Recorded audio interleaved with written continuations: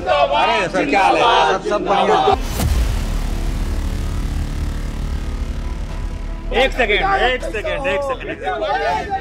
देखिए भाई, बिट्टू सिंह जी यहाँ पर आ गए हैं। जनसुराज के उम्मीदवार हैं, दीघा विधानसभा सीट से चुनाव लड़ रहे हैं। पटना में हमारी बिहार एक्सप्रेस खड़ी है और सर जो है चल के यहाँ पर आए हैं, तो इनको जरा बस के अंदर लेके चलते हैं। एक हमने नया सेगमेंट शुरू किया है, पॉडकास्ट ऑन व्हील्स। चक्के पे जो है पॉडकास्ट होता है। भाई चलिए हम आपके स्टूडियो में लेके चलते हैं और वहीं जो है बातचीत करते हैं, दीघा की राजनीति समझते हैं। आइए।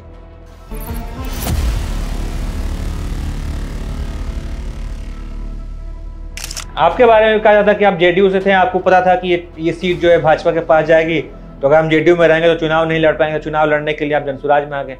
उन्हीं का यह देन है, ये जेपी पथ और अटल पथ आपको बता देते हैं। एलिवेटेड रोड उनका देन है। किसका देन है? सिर्फ और सिर्फ माननीय मुख्यमंत्री का देन है। ये इन्हीं विधायक जी ने भी तो प्रयास किया होगा इसके लिए। तो कहते हैं कि हमारी पार्टी, हमारी सरकार ने विकास किया, आप एक बात सुन लिए, विजनलेस व्यक्ति है, इनका कोई प्रयास नहीं। ये देखिए, काम के मामले में ये व्यक्ति सिर्फ और सिर्फ आश्वासन के सिवा कुछ नहीं। क्या क्या है दीघा की समस्याएं क्या है जिस पर ध्यान देना चाहिए? बड़ी समस्या है। आपको जानकारी है नहीं है, पता नहीं। फर्स्ट टाइम 15,000 करोड़ का फिक्स डिपॉजिट फाइनेंस डिपार्टमेंट में जो था उसको तोड़ा गया है और तोड़ के ये सारा पेमेंट किया गया। ये सब संभव है। तेजस्वी यादव भी कह रहे हैं कि जब हम सरकार बनाएंगे तो हर परिवार के एक आदमी को नौकरी दें। ये तो मूर्खतापूर्ण बयान है, पता नहीं किस तरह से वो बोले हैं। प्रैक्टिकली आप देखेंगे तो इस तरह का कुछ हो नहीं सकता, असंभव है। दीघा से अगर बिट्टू सिंह को जनता चुनाव जितवाती है तो कौन से 5 बड़े काम है जो आप करेंगे? हम लोगों का पहला काम दीघा के लिए 50 दीघा वासियों के लिए। तो ये संभव है? हो ना हो ऐसे तो हर विधायक कहेगा कि भाई हमारे विधानसभा के लिए सीट नहीं, प्रिविलेज तो मिलना चाहिए कि मेरे। नमस्कार, बहुत स्वागत है आपका हमारे साथ। जनसुराज के उम्मीदवार, दीघा विधानसभा सीट से ताल ठोक रहे बिट्टू सिंह के नाम से पॉपुलर प्रत्याशी हमारे साथ मौजूद है इस बस में। सर बहुत स्वागत है आपका। बहुत बहुत धन्यवाद आपका भी। क्या हाल है बिट्टू जी? जी बहुत बढ़िया है। हाँ। बहुत बढ़िया है। चुनाव है तो आप तो थके रहते होंगे काम प्रचार उचार में। रात में नींद आ रही है ठीक से कि नहीं? बहुत अच्छा नींद आ रहा है। क्योंकि हम लोग लगातार लोगों के बीच रहे हैं तो बहुत दिक्कत नहीं है। जेडीयू से आप जनसुराज में आए, जनसुराज से चुनाव लड़ रहे हैं, तो क्या एनडीए का किला ढहाएंगे कि लोग तो कह रहे हैं कि जनसुराज वाले खाली वोट काटने के आए हैं? देखिए, एकदम आपको बता दें कि हम लोगों का एक कार्यक्रम था, आपका आशीर्वाद दीघा जिंदाबाद। उसके तहत हम लोग लगातार ये 2 वर्षों से काम कर रहे थे। पिछले 2 वर्ष और काम किए, लेकिन कैंपेन इन 2 वर्षों में लगातार किए। और कैंपेन के तहत हम लोग बताने का काम करते थे कि माननीय मुख्यमंत्री के द्वारा ये काम किया गया, माननीय प्रधानमंत्री के द्वारा ये काम किया गया, और लोगों में बहुत ज़बरदस्त उत्साह था। लेकिन स्वाभाविक है, जब आप जाएंगे कहीं और बताएंगे तो वन वे बात नहीं हो सकता है। उसके लिए वो लोग भी अपने बात को रखते थे और सब एकदम एक तरफ से अपने परेशानी को बताना के काम करते थे। चाहे 10/124 का मामला हो, सड़कों का मामला हो, वेंडिंग जोन का मामला हो, ये स्वास्थ्य का मामला हो। दीघा क्षेत्र में आपको जानकर हैरानी होगा कितने बड़े पेरिफेरिया में आईजीएमएस अस्पताल है। चूँकि पूरे बिहार से लोग आते हैं, पैरवी कराना पड़ता है तब जाकर इलाज होता है। पैरवी कराना पड़ता है जी। हम लोगों का मांग है, हम लोग 2 सालों से लगातार मांग करते आ रहे हैं कि दीघा में आईजीएमएस में कम से कम 50 बेड दीघा वासियों के लिए आरक्षित किया जाए और 1 ओपीडी दीघा वासियों के लिए अलग से खोला जाए। अच्छा, तो यहाँ के विधायक जी जो संजीव चौरसिया हैं तो कहते हैं कि हमने बहुत विकास कार्य किया है, खूब हमने दीघा को चकचका दिया है, जनता बम बम बोल रही है विकास से। देखिए, आप मेन सड़क छोड़ दीजिए और जब अंदर जाएंगे तब आपको पता चलेगा। आप जिस जगह पर अभी हैं, ये जेपी पथ कहलाता है। ये सिर्फ और सिर्फ एक व्यक्ति का सोच है, वह है माननीय नीतीश कुमार जी। उन्हीं का यह देन है, ये जेपी पथ और अटल पथ आपको बता देते हैं। एलिवेटेड रोड उनका देन है। किसका देन है? सिर्फ और सिर्फ माननीय मुख्यमंत्री का देन है। ये इन्हीं विधायक जी ने भी तो प्रयास किया होगा इसके लिए, तो कहते हैं कि हमारी पार्टी, अरे हमारी सरकार ने विकास किया, आप एक बात सुन लिए, विजनलेस व्यक्ति है। विजनलेस व्यक्ति इसलिए हम कहते हैं कि ये सोच ही नहीं सकेंगे इस तरह का बात। ये तो माननीय मुख्यमंत्री का देन है। तो मुख्यमंत्री जी तो उन्हीं के पार्टी के हुए। नहीं ठीक है, उन्हीं के तो सरकार के। आप एक बात समझिए, उनका कोई अनुशंसा नहीं है, उनका कोई सोच नहीं है, उनका कोई विजन नहीं है। एक चिट्ठी आप दिखा दीजिए कि आप अनुशंसा किए हो कि आप जेपी पथ बनवा दीजिए, अटल पथ बनवा, ये एकदम बोगस बात होगा। हम लोग जानते हैं, आज हम 2 दिन न हुआ है अभी जनसुराज आया हुआ, हम तो जनता दल यू में थे, हम एक एक बात जानते हैं। कितना प्रयास के बाद रेलवे ने ये अटल पथ का ज़मीन दिया था। माननीय पीयूष गोयल साहब और थे उस समय रेल मिनिस्टर, उन्होंने बात, माननीय मुख्यमंत्री बात की है, तब जाके पीयूष गोयल साहब तैयार हुए।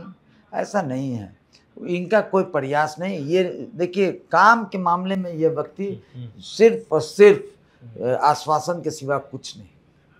क्या क्या है दीघा की समस्याएं क्या है जिस पर ध्यान देना चाहिए? बड़ी समस्या है जिस पर विधायक जी ध्यान नहीं दिए। आप देखिए 1024 नेपाली नगर, राजीव नगर सबसे बड़ा समस्या है। युवाओं को जो युवा जो एग्ज़ाम पास कर रहे हैं, कंपटीशन पास कर रहे हैं, उन लोगों को आवासीय प्रमाण पत्र निर्गत नहीं होता है। ये 1024 का मामला है। 1024 को मुक्त अभी तक नहीं किया गया, 50 साल हो गया, कोई पहल नहीं है। आप देख लीजिए, स्वास्थ्य का हालत बहुत बुरा है, वेंडिंग जोन नहीं है, जाम का समस्या है। जब तक आपको दीघा विधानसभा में वेंडिंग जोन नहीं होगा, आप कभी भी जाम का समस्या से निजात नहीं पा सकते हैं। स्कूल्स का प्रॉब्लम है, प्राइवेट स्कूल्स की बहुत मनमानी है। इस तरह का कई एक ऐसा समस्या है जो दीघा विधानसभा में। जनसुराज एक विकल्प के तौर पर लोगों को दिख रहा है, स्वाभाविक है। देखिए, जनसुराज एक आंदोलन के रूप में शुरू हुआ, और अभी जो पार्टी जो बनी है इन लोगों का, तो हमारे ख्याल से उनका जो सोच है, अपने बच्चों के भविष्य का बात करते हैं बच्चों, तो ये आप क्या समझते हैं, बच्चों का भविष्य सुधर सकता है? जिस तरह का मनमानी है, प्राइवेट स्कूल्स का मनमानी है। हम तो कहते हैं कि सरकारी स्कूल खोलिए प्राइवेट स्कूल के तर्ज पर, और उसका मेंटर एमएलए होना चाहिए, और साथ ही साथ स्वाभाविक है सरकारी कर्मचारी को भी उसका मेंटर बनाना चाहिए, जैसे डीएम हुए, एसडीओ हुए, प्राइवेट स्कूल के तर्ज पर ही बने। और क्या क्या दिक्कतें आपको दिख रही हैं यहाँ पर? देखिए, एक दिक्कत है, सड़कों का हाल बेहाल हुआ है। आप मेन सड़क छोड़ दीजिए, अंदर जाइएगा तो आप कहिएगा कि यही पटना शहर है, ये विश्वास नहीं होता है। आप वार्ड नंबर 2 चले जाइएगा, टापू बना कर ये रख दिया है ये व्यक्ति। आपको जानकारी होना चाहिए, एक परिवार में परिवारवाद का सबसे बेहतरीन नमूना अगर कोई है तो यह परिवार है। ये विधायक जी का परिवार, विधायक जी का परिवारवाद। और क्या?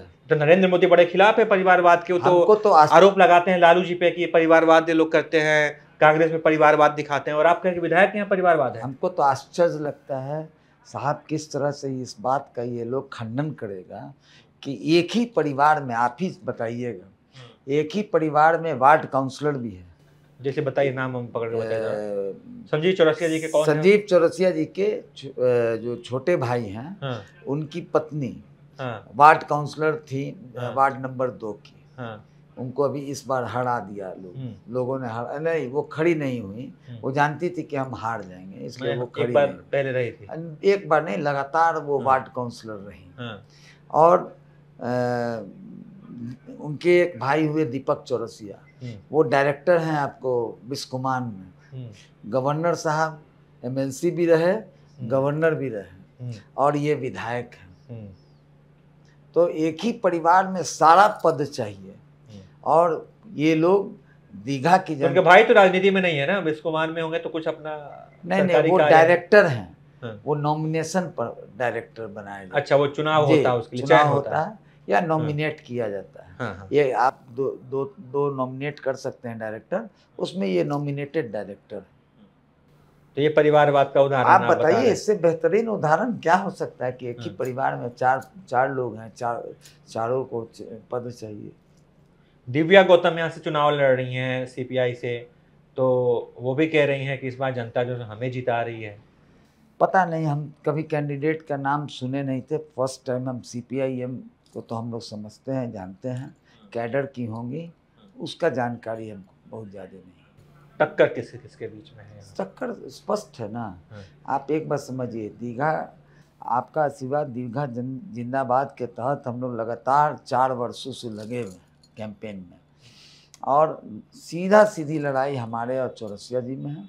और चौरसिया जी का लोगों में इतना लोग का इतना रिजेंटमेंट है उनके प्रति, इतना गुस्सा है कि वह कोई काम ही नहीं किए हैं क्षेत्र में, वो मिलते तक नहीं है। मिलते तक नहीं। अच्छा, कहाँ रहते हैं? अब पता नहीं, ज़्यादा प्रवास पर रहते हैं। जब पूछिए तो प्रवास पर हैं। पटना पास ही है, पटना से विधानसभा निकल के तो तुरंत पहुंच जाएंगे जी। यूपी के प्रवास पर हैं। अच्छा। अक्सर यही सुनने को मिलता है, और न जाने क्यों। आपके बारे में कहा जाता है कि आप जेडीयू से थे, आपको पता था कि ये सीट जो है भाजपा के पास जाएगी, तो अगर हम जेडीयू में रहेंगे तो चुनाव नहीं लड़ पाएंगे। चुनाव लड़ने के लिए आप जनसुराज में आ गए। कहा जा रहा है कि जनसुराज में जितने लोग हैं वो बड़ा मौका देख कर आए हुए हैं। नहीं, इस तरह का कोई बात नहीं है। जनसुराज भी कहीं ना कहीं देखी होगी कि पोटेंशियल है इस व्यक्ति में, हमारे सोच का व्यक्ति है। हम स्ट्रेट फॉरवर्ड बोलते हैं। बहुत राजनीति में जिस तरह से लोग बहुत चाटुकारिता से बात करते हैं, वो हमारे में वो नहीं है। हम स्ट्रेट फॉरवर्ड बात करते हैं और स्पष्ट में बातों में विश्वास भी रखते हैं। इसी के लिए हमारा जनसुराज से भी इंक्लिनेशन है। ये जो नीतीश कुमार की योजना चली है, 10-10 हज़ार रुपये महिलाओं को रोजगार के तौर पर दे रहे हैं, बुजुर्गों का पेंशन बढ़ा दिए हैं, तमाम स्कीम आ रही है, लगता है कि ये सब स्कीम के सामने आप लोग टिक पाएंगे? क्योंकि खूब इस समय तो पैसा बटा है, लोगों की जेब भरी पड़ी है, बिजली फ्री मिल रही है, लोग क्यों बदलेंगे सरकार? देखिए, ठीक है, बिजली फ्री है। ये जो आप कहते हैं बिजली फ्री, हम व्यक्तिगत तौर पर बिजली फ्री के खिलाफ हैं, लेकिन सरकार का योजना है, कितना दिन ये चला पाएंगे पता नहीं। 15,000 करोड़ का फिक्स डिपॉजिट, फर्स्ट टाइम ऐसा हुआ होगा। माननीय मुख्यमंत्री वित्तीय प्रबंधन करने में माहिर माने जाते हैं, हम उनके प्रशंसक भी हैं, लेकिन आपको जानकारी है नहीं है, पता नहीं, फर्स्ट टाइम 15,000 करोड़ का एफडी तोड़ा गया है पैसा देने के लिए। आगे कहाँ से पैसा आएगा पता नहीं। ये बात आपको जानकारी में दे दें कि 15,000 करोड़ का फिक्स डिपॉजिट फाइनेंस डिपार्टमेंट में जो था उसको तोड़ा गया है, और तोड़ के ये सारा पेमेंट किया गया है। ये सब संभव है? तेजस्वी यादव भी कह रहे हैं कि जब हम सरकार बनाएंगे तो हर परिवार के एक आदमी को नौकरी दें।